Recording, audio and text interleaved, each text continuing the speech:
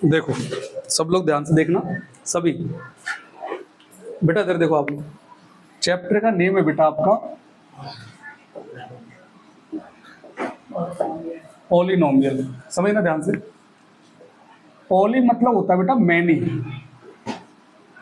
नोमियल मतलब होता है बेटा टर्म्स। तो एक्चुअल में इस चैप्टर का नाम है जिसमें बहुत सारे टर्म्स हो, ठीक है ना। बट आपको क्या करना है, उस चीज पे ध्यान नहीं देना। आपको कुछ कंडीशन है, कभी भी आपसे पूछा जाता है कि जो भी एक्सप्रेशन है वो पॉलिनोमियल है या नहीं है, तो आप ये मत देखना कि उसमें बहुत सारे टर्म्स हो, मतलब दो से अधिक हो या दो हो तो वो पॉलिनोमियल में आएगा। नहीं, आपको क्या देखना है, आपको देखना है कि जिस एक्सप्रेशन की जो पावर्स हैं वो होल नंबर क्या होनी चाहिए, होल नंबर होनी चाहिए। ठीक है, होल नंबर कौन सी पावर होती है भाई, सॉरी होल नंबर कैसे होते हैं बेटा, जो पॉजिटिव होते हैं सारे, नेगेटिव में नहीं होते, ना डेसिमल में होते मतलब पॉइंट में नहीं होते, और ना ही अपॉन में होते। समझ में आया कि नहीं आया। तो वो सारे नंबर कैसे होते हैं, होल नंबर होते हैं। अच्छा, कोफिशिएंट रियल नंबर हो, लेकिन कोफिशिएंट पे आपको इतना ध्यान नहीं देना, ठीक है। चलो अब ध्यान से देख सुनना सब लोग, मैं लिख देता हूं फिर भी।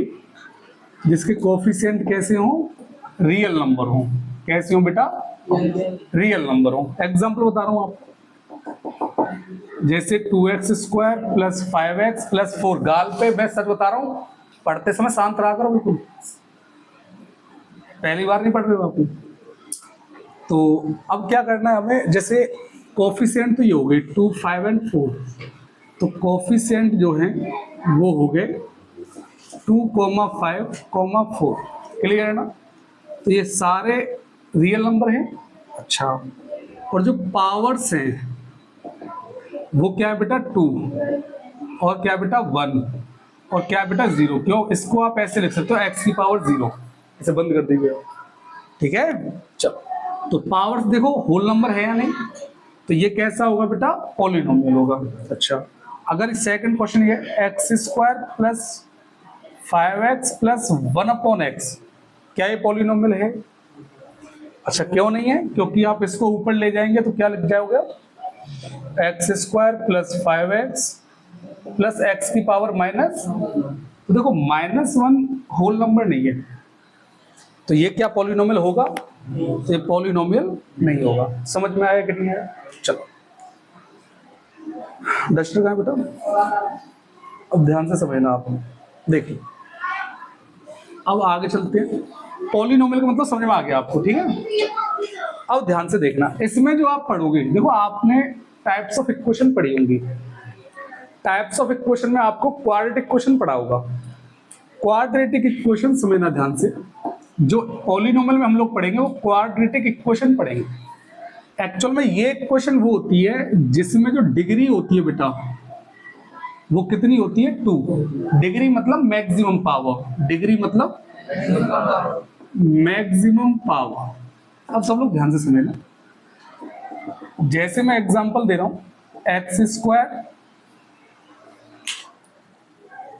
x² plus 5x plus 6। अब ध्यान से देखना आप, मैक्सिमम पावर कितनी है यहां पर, तो इट मीन्स ये क्या हो जाएगा, क्वाड्रेटिक इक्वेशन हो जाएगा। समझ में आया। अच्छा, इक्वेशन में मैंने बोला था इक्वल्स टू में क्या आता है, 0 आता है। चलिए अच्छी बात है, x² प्लस 4 इक्वल्स टू 0, क्या ये क्वाड्रेटिक इक्वेशन है। मैंने कहा मैक्सिमम पावर 2 है ना, तो ये क्वाड्रेटिक इक्वेशन है। चलिए अच्छी बात है। अगर मैं आपसे कहूं 100x प्लस 4, क्या एक क्वाड्रेटिक इक्वेशन है, क्योंकि पावर नहीं है ना। चलो, तो सिंपल सी बात ये है, जितनी भी क्वाड्रेटिक इक्वेशन होंगी उसमें मैक्सिमम टर्म कितने बनेंगे, 3 बनेंगे। कितने बनेंगे, क्योंकि आप सबसे पहले मैक्सिमम पावर को लिखते हो, फिर उससे छोटी पावर, फिर कांस्टेंट टर्म, यही तो होता है। इसके अलावा अदर बढ़ा नहीं सकते आप। तो इसका मतलब सर ये हो गया, जो क्वाड्रेटिक इक्वेशन का जो जनरल फॉर्मूला है वो क्या होता है बेटा, ax² plus bx plus c equals to 0। समझ में आया कि नहीं आया, अच्छी बात। अब ध्यान से देखना आप लोग, क्लियर। x² का जो कोफिशिएंट होगा हमेशा क्या होगा, 1। x का कोफिशिएंट क्या होगा और c बेटा क्या है हमारा कांस्टेंट। समझ में आया कि नहीं? अच्छा, सभी लोग ध्यान से सुनना। जैसे मैंने ये एग्जांपल लिया, मैं इसको दोबारा लिख देता हूं, पकड़िए आप। X square plus 5x plus 6 equals to 0, यही तो लिया। अब मैंने कहा सर इस इक्वेशन से आप क्या क्या सॉल्व कर सकते हो, क्या क्या कैलकुलेशन कर सकते हो। मैंने कहा सबसे पहली बात इसके कोफिशिएंट बता सकता हूं। क्या बता सकता हूं? अब इसका कोफिशिएंट क्या होगा 1, तो यहां से अगर ऊपर वाली इक्वेशन से जनरल फॉर्मूला से और मैं इस वाली इक्वेशन को कंपेयर कराता हूं तो a की वैल्यू कितनी आएगी, b की वैल्यू कितनी आएगी और c की वैल्यू कितनी आएगी। तो सर ये क्या कहलाएंगे, ये कोफिशिएंट कहलाएंगे बेटा। क्या कहलाएंगे? समझे कि नहीं समझे आप? सर और क्या कैलकुलेशन कर सकते हो? और मैं बेटा इनको फैक्टर कर सकता हूँ। क्या कर सकता हूँ? समझ में आया कि नहीं आया? दिख रहा है आपको? तो फैक्टर कर सकता हूँ ना। चलिए, तो दूसरी कैलकुलेशन है बेटा मेरी फैक्टर की। क्या है बेटा? अब फैक्टर आपने पढ़े होंगे, जैसे क्वेश्चन है X square plus 5x plus 6 equals to 0। अब फैक्टर करने का एक तरीका होता है कि फर्स्ट एक्स स्क्वायर का जो कोफिशिएंट है और कांस्टेंट टर्म है इनका आपस में क्या करते हैं, तो मैंने कहा मल्टीप्लाई करने पर कितना आना चाहिए बेटा, मल्टीप्लाई करने पे आना चाहिए 6। अब मैंने कहा यहां जो सिंबल है मतलब प्लस है, तो प्लस करने पे कितना आना चाहिए 5, तो मैंने कहा प्लस करने पे 5 आना चाहिए। ऐसे 2 नंबर बताने हैं आपको, क्योंकि आप स्प्लिटिंग मेथड पढ़ा होगा, आपने पढ़ाने की जरूरत है नहीं। तो कौन कौन से नंबर है 2 एंड 2 प्लस 3, तो हमेशा इस 5 को तोड़ते हैं, बीच वाले को तोड़ते हैं, ध्यान रखना, ठीक है। और किस में तोड़ेंगे 2 प्लस 3 में, तो X square plus 2x plus 3x plus 6 equals to. अच्छा, इसमें क्या कॉमन है, x, x ही तो कॉमन है, तो क्या आ जाएगा x प्लस 2। इसमें क्या कॉमन है 3, तो क्या आ जाएगा x प्लस 2 और इक्वल्स टू में। अब इसमें और इसमें क्या चीज कॉमन है, तो अंदर क्या बचेगा, समझे कि नहीं समझे आप, इक्वल्स टू। कोई दिक्कत किसी को? चलो, अब यहां से x प्लस 2 इक्वल्स टू 0 है, तो x की वैल्यू कितनी आ जाएगी। अच्छा, और यहां से x प्लस 3 की वैल्यू 0 है, तो x की वैल्यू कितनी आ जाएगी। तो सर ये जो x की वैल्यू निकली है, इनको क्या 2 ही वैल्यू निकलेंगी। मैंने कहा हाँ। एक्चुअल में क्या होता है, एक कंडीशन होती है कि किसी भी इक्वेशन की जितनी डिग्री होगी उसके ही उतने नंबर ऑफ जीरोस वैल्यू निकलेंगी। क्या निकलेंगी सर? एक्चुअल में ये जीरोस वैल्यू क्या होती है, ऐसी वैल्यू जो इस इक्वेशन में या कोई भी इक्वेशन वहां उसके वेरिएबल की जगह अगर पुट करते हैं हम लोग, मतलब उसके फंक्शन में पुट करते हैं, फंक्शन बोलते हैं, ध्यान रखना मैं समझाऊंगा अभी, तो ओवरऑल आंसर 0 आएगा। क्या आएगा? 0 आएगा। उन वैल्यूज को जीरोस वैल्यू बोलते हैं। सर ये निकलती कैसी है बेटा, फैक्टर करने से। जैसे अभी आपने -2 और -3 निकाला, इन्हीं को हम लोग जीरोस वैल्यू बोलते हैं। क्या बोलते हैं? तो ध्यान से देखना, जीरोस वैल्यू कितनी है 2 और डिग्री भी कितनी है, तो देखो जितनी डिग्री उतनी नंबर ऑफ जीरोस। अब इस इक्वेशन में यदि आप ये वैल्यू पुट करते हैं दोनों, तो ओवरऑल आंसर क्या आएगा, 0 आएगा। क्या आएगा? 0। चलो मैं लिख देता हूं यहां पर, ये जो वैल्यू है वो है जीरोस वैल्यू। क्या है बेटा? Zeros value. समझ में आया कि नहीं आया? कोई दिक्कत किसी को? चलिए बहुत अच्छी बात है। चलो पुट करके देखते हैं। सर यहां से पुट करके बता दो। सपोज दैट मैंने मान लिया f(x) इक्वल टू, इसको कोई फंक्शन मान लेते हैं। फंक्शन का मतलब होता है बेटा जो वेरिएबल इक्वेशन में होता है उसको हम लोग यहां रिप्रेजेंट करते हैं फंक्शन ऑफ x। क्लियर है ना? X square plus 5x plus 6। समझे कि नहीं समझे? तो x की जगह पहले क्या पुट करें, -2, तो f -2 की वैल्यू निकालते हैं। तो मैंने कहा देखो -2 का होल स्क्वायर प्लस 5 ब्रैकेट में -2 प्लस 6। -2 का होल स्क्वायर क्या हो जाएगा, अच्छा प्लस माइनस 5 2 जा प्लस 6, तो 4 प्लस 6 कितना हो गया 10 -10 इक्वल्स टू कितना हो गया, समझे कि नहीं समझे, 0 आ गया। यहीं पर बेटा अगर मैं -3 पुट करता हूं तो -3 का स्क्वायर प्लस 5 ब्रैकेट में -3 प्लस 6, -3 का स्क्वायर क्या हो जाएगा 9 प्लस माइनस माइनस 5 3 जा और प्लस 6, तो 9 प्लस 6 कितना हो गया, तो कितना आ गया, समझे कि नहीं समझे आप, कोई दिक्कत किसी को, चलिए तो जीरोस वैल्यू क्लियर समझ में आया। तो सर एक बात बताइए, इस इक्वेशन के जो कोफिशिएंट है, इस इक्वेशन का कोफिशिएंट क्या है, ए बी एंड सी, तो सर इसके जीरोस क्या मानोगे आप लोग, मैंने कहा नंबर ऑफ जीरोस 2 ही तो निकले, तो हर इक्वेशन के अलग अलग जीरोस वैल्यू निकलेगी, तो उनको हम लोग एक वेरिएबल का नाम दे देते हैं, पहले जीरोस का नाम दिया अल्फा और दूसरे का क्या दे दिया, तो ध्यान रखना दोबारा रिवाइज करवा रहा हूं, क्वाड्रेटिक इक्वेशन का जो जर्नल फॉर्मूला वो ये है।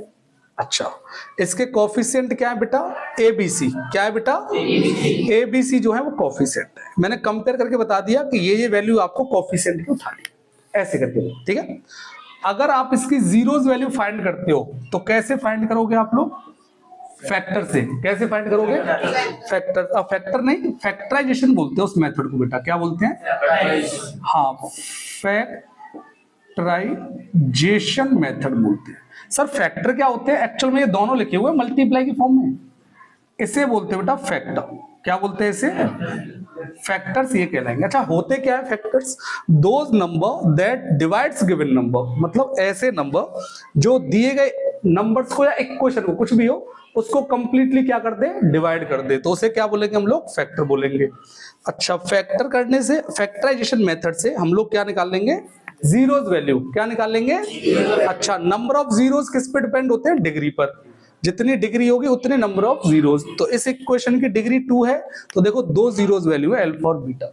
इस जीरोस वैल्यू, जीरोस नाम क्यों दिया गया, जब इस इक्वेशन में इसके फंक्शन में यदि ये वैल्यू पुट की जाती है तो ओवरऑल आंसर क्या आता है, यहां मैंने देखो पुट करके देखा, एक्स की जगह पहले -2 पुट किया तो 0 आया, फिर -3 पुट किया तो 0 आया, यहां तक समझ में आया, पूरा डाटा समझ गए आप लोग, ठीक है बेटा। अभी नेक्स्ट नोट करते हैं, नोट कर लो पहले, देखो बेटा नेक्स्ट जो टॉपिक है एक्चुअल में जो क्वाड्रेटिक इक्वेशन है वो है आपकी, मैंने क्या बताया था, ax² + bx + c = 0, यही बताया था मैंने। अच्छा दिख रहा है ना ये, देखो जो क्वाड्रेटिक इक्वेशन है वो है बेटा आपकी ax² + bx + c = 0, यही बताया था। इसमें जो कोफिशिएंट है वो क्या थे, a, b and c, zeros अगर इसके फैक्टर करते हैं तो नंबर ऑफ जीरोस 2 निकलेंगे, उसको मैंने मान लिया अल्फा एंड बीटा। सर ये क्यों बता रहे हैं आप, ये तो पढ़ा दिया था एक्चुअल में, यहीं से अब रिलेशन बनेगा, टॉपिक आएगा और वो टॉपिक है relation between zeros and coefficient, समझ में आएगा।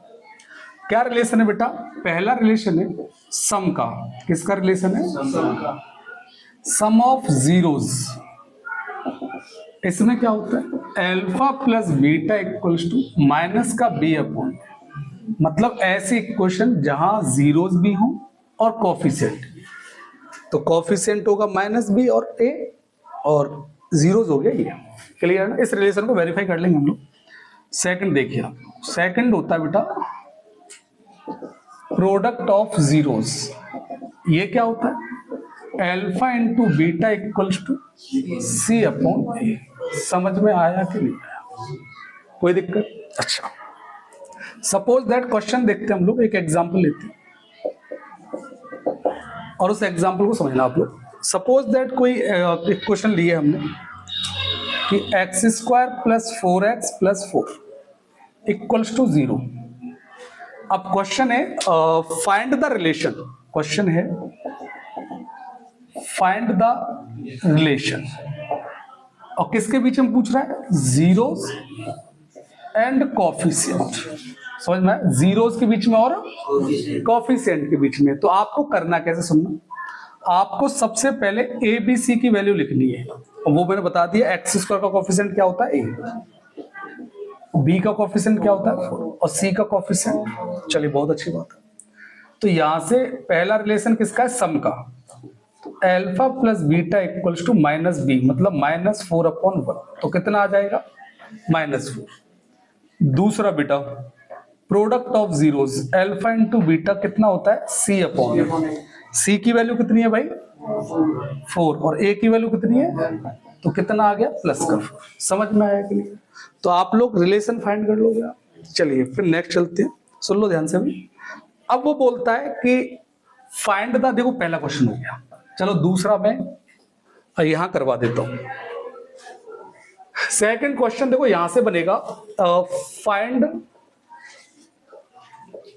The zeros of the polynomial. Polynomial एक क्वेश्चन है, ऑफ द पॉलिनोमियल। सुनना ध्यान से आप। तो कभी भी इस तरीके से पूछता है, देखो जीरोस फाइंड करवा रहा है, इस बार रिलेशन की बात नहीं कर रहा हूं, रिलेशन का उसने नहीं बोला है, उसने क्या बोला है, जीरोस का बोला है। तो जीरोस आपको पता है कैसे फाइंड करते हो, फैक्टराइजेशन से। तो वही है आपका सॉल्यूशन, यहां से स्टार्ट होता है। इक्वेशन है x² + 4x + 4 इक्वल्स टू 0।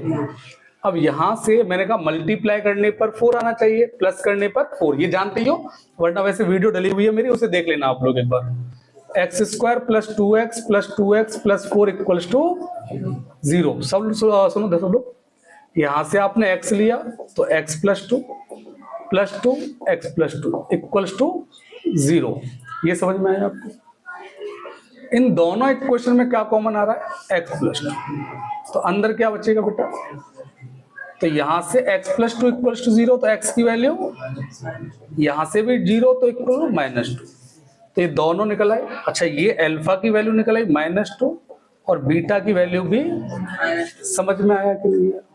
तीसरा बोलता है वेरीफाई वाला। क्या बोलता है, वेरीफाई। सब लोग ध्यान सुनना, वेरीफाई में यहां करवा देता हूं। थर्ड क्वेश्चन इस तरीके से आएगा, तीसरा आएगा इसी में से। देखो पहला क्वेश्चन इस तरीके से पूछ सकता है, तो आपको ऐसे करना है। दूसरा find the zeros of the polynomial, तो ऐसे करना है आप। तीसरा क्वेश्चन ऐसे आएगा, और तीसरा क्वेश्चन है वेरीफाई द रिलेशन। और रिलेशन किसकी बात करेगा, जीरोस एंड कोएफिशिएंट। तो देखो अब आपको क्या करना है, अगर ऐसे क्वेश्चन आता है तो सबसे पहले आपको एबीसी की वैल्यू लिखनी है। तो यहां से आप सीख गए, एबीसी की वैल्यू ये लिखी हुई है, मैं चाहूं तो यहां लिख देता हूं। ए की वैल्यू कितनी है बेटा, यहां से 1, और बी की वैल्यू कितनी है, और सी की वैल्यू कितनी है, सी की वैल्यू भी 4 है। चलिए, अच्छा आपको उसके बाद क्या करना है, इतना लिखने के बाद फिर आपको ये वाला पैटर्न, ये वाला जो बताया मैंने, ये आपको फिर यहाँ मेंशन करना है, क्योंकि वेरीफाई में करना पड़ता है। मतलब आपको अल्फा और बीटा की वैल्यू निकालनी है, और वो कैसे निकलेगी, फैक्टराइजेशन से। तो यहां से हम लोग निकाल चुके हैं, अल्फा की वैल्यू कितनी है, और बीटा की वैल्यू कितनी है, -2। ये समझे कि नहीं समझे? अच्छा, बहुत अच्छी बात है। तो पहला रिलेशन क्या है बेटा, सम ऑफ जीरोस, मतलब alpha plus beta equals to -b/a। ये समझ में आया? अब वेरीफाई के केस में इधर भी वैल्यू रखनी है आपको, और इधर भी रखनी है। वेरीफाई के केस में समझ में आया कि नहीं है? तो अल्फा की वैल्यू कितनी है, -2, बीटा की वैल्यू इक्वल्स टू माइनस, और बी कितना है बेटा, 4 है बेटा, और ए कितना है बेटा। तो ध्यान से सुनना, -2 क्या हो जाएगा, और 1 का -4 में देते तो क्या आएगा, हो गया वेरीफाई। क्लियर ना? पहला रिलेशन हो गया। दूसरा देखना सब लोग, दूसरा है product of zeros, alpha into beta बराबर C/। अल्फा की वैल्यू कितनी है भाई, -2, बीटा की वैल्यू कितनी है, सी की वैल्यू कितनी है बेटा, और ए की वैल्यू कितनी है। चलिए बहुत अच्छी बात, सबकी वैल्यू दोनों तरफ रखनी है verify. Minus minus cancel out, 2 2 जा, और 4 का 1 में देंगे तो, मतलब 1 का 4 में डिवाइड देंगे 4। ये वेरीफाई। इतना समझे कि नहीं समझे आप? चलिए ठीक है, नेक्स्ट चलते। देखिए बेटा, आपको नेक्स्ट टॉपिक है कि आपको इस बार जीरोस दे रखी होंगी, आपको इस बार जीरोस वैल्यू गिवन में होंगी, अल्फा एंड बीटा, और आपको इस बार क्वाड्रेटिक इक्वेशन वो पूछ रहा होगा कि आप क्वाड्रेटिक इक्वेशन जो है वो आप बनाइए। तो देखो फॉर्मूला जो है वो क्या लगता है इसका, एक्स स्क्वायर माइनस ब्रैकेट में अल्फा प्लस बीटा एक्स और प्लस का अल्फा बीटा और इक्वल्स टू में 0, ये आपको लगाना है, ठीक है ना। इसके ऊपर मैं एक क्वेश्चन करा देता हूं। सपोज दैट आपको जीरो जो हैं वो गिवन में है, जैसे -2 और +2, -2 ले लें, +2 लें, -2 ले लेते हैं, जिससे कि तुमने पढ़ा है तो समझ जाओगे हाँ भाई क्वेश्चन वही बन रही है कि नहीं बन रही है। तो अल्फा की वैल्यू यहां से -2 और बीटा की वैल्यू -2। चलिए, तो क्वाड्रेटिक क्वेश्चन जो है वो होगी हमारी एक्स स्क्वायर माइनस ब्रैकेट में अल्फा प्लस बीटा, मतलब -2 और -2 एक्स प्लस का अल्फा इनटू बीटा और इक्वल्स टू में क्या बेटा 0। चलिए बहुत अच्छा, एक्स स्क्वायर माइनस ये क्या हो जाएगा -4 एक्स प्लस 2 2 जा 4 इक्वल्स टू, क्योंकि माइनस से माइनस क्या हो जाएगा और माइनस माइनस क्या हो जाएगा X square plus 4x plus 4 equals to क्या हो गया। समझे कि नहीं समझे आप लोग? कोई दिक्कत किसी को?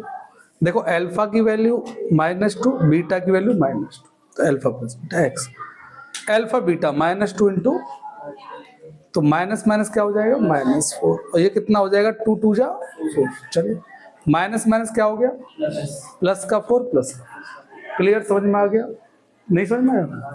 अरे भाई यहां से अलग निकाल ले, अल्फा प्लस बीटा, अल्फा की वैल्यू कितनी है यहां से -2 प्लस, और बीटा की वैल्यू कितनी है प्लस माइनस क्या होता है, तो -2 क्या हो जाएगा माइनस, चोर चोर मोसे रे भाई वाला है, दोनों माइनस माइनस के तो प्लस ही होंगे, लड़ाई क्यों करेंगे आपस में? नहीं समझे? चोर चोर कभी आपस में लड़ते हैं तो हो जाते प्लस है, लेकिन माइनस की तो रहते हैं, वो रहते तो चोर ही है ना, वही चीज है। समझ में आया कि नहीं आया आपको? चलिए बहुत अच्छी बात है।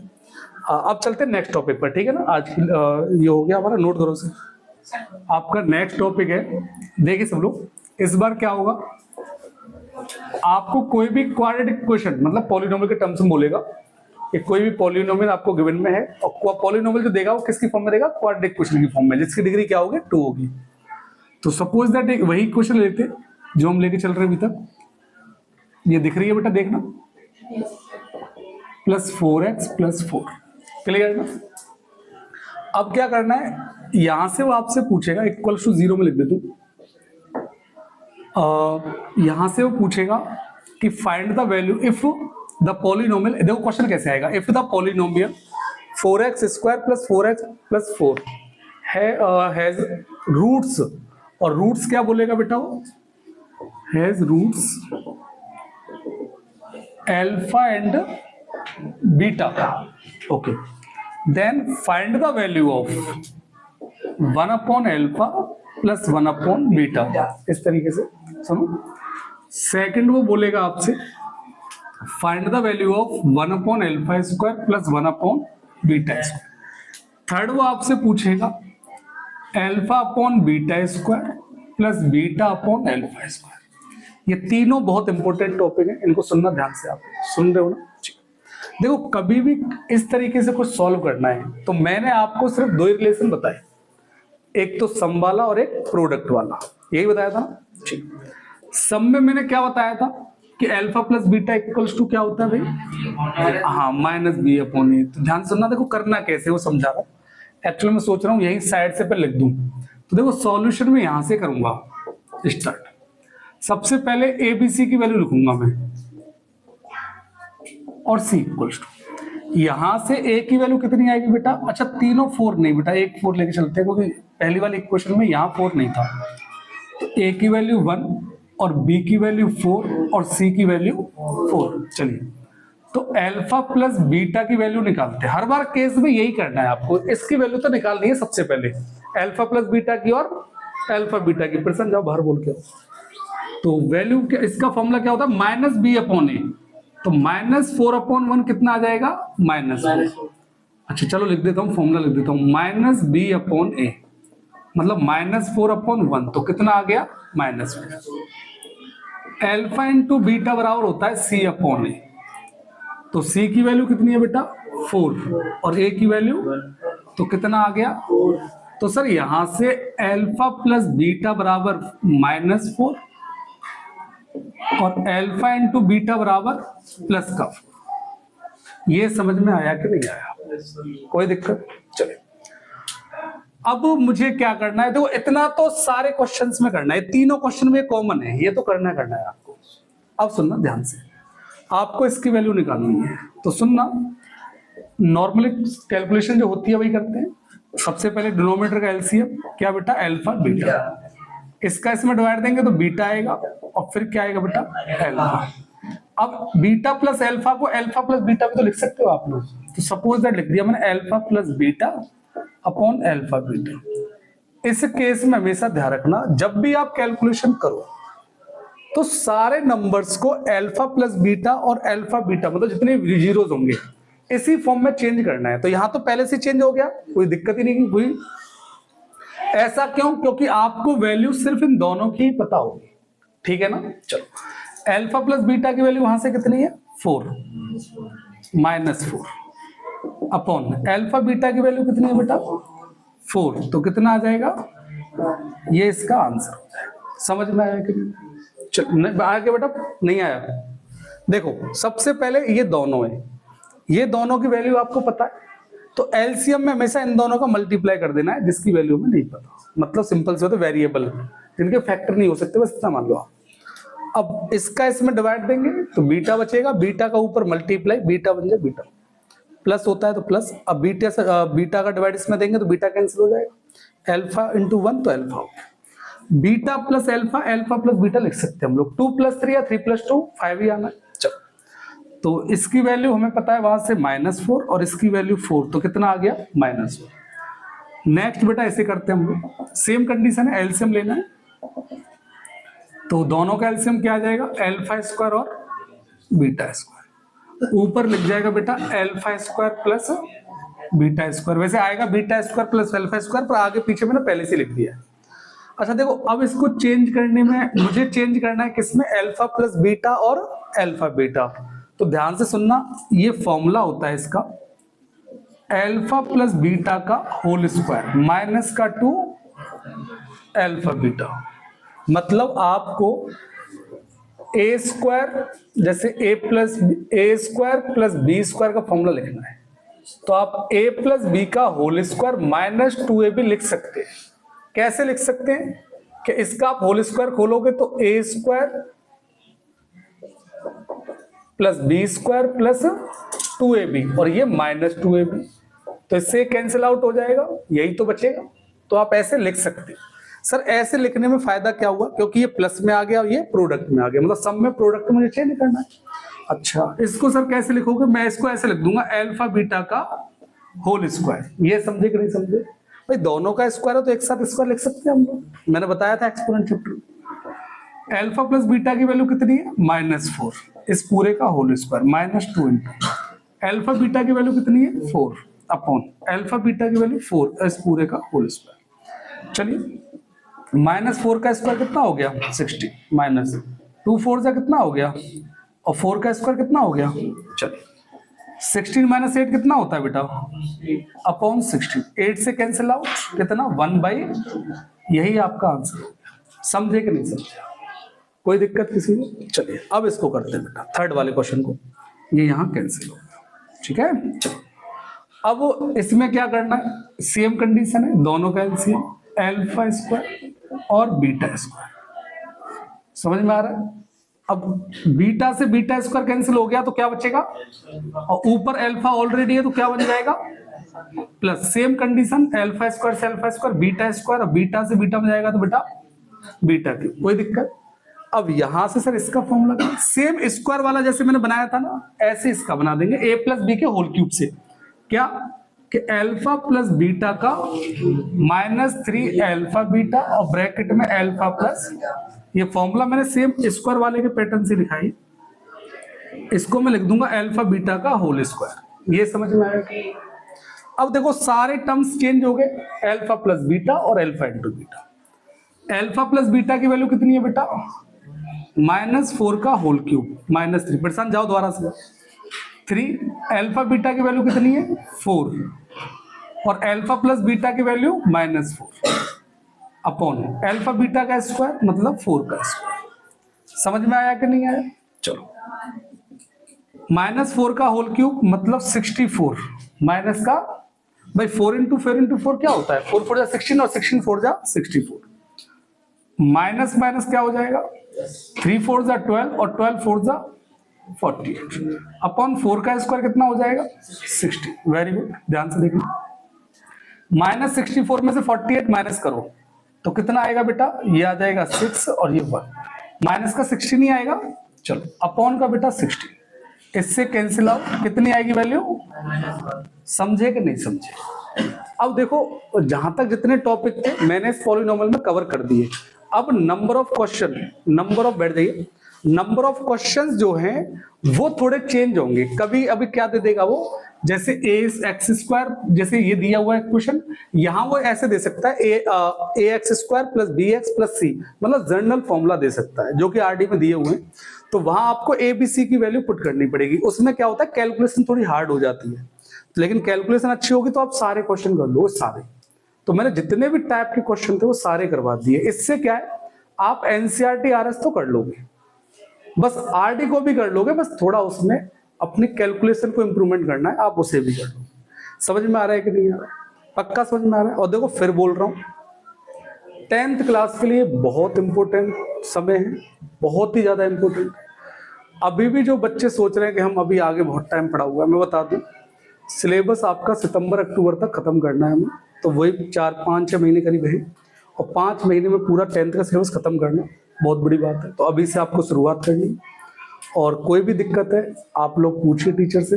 अच्छा एक और बात, अभी से अपने नोट्स बनाने स्टार्ट कर दीजिए आप लोग, सभी लोगों से बोल रहा हूँ, ठीक है ना? पक्का ना? चलिए, और एक बात और मैं बोलना चाहूंगा आपसे, चलो ठीक है जो भी है ठीक है, ज्यादा बोलना ठीक नहीं है, चलो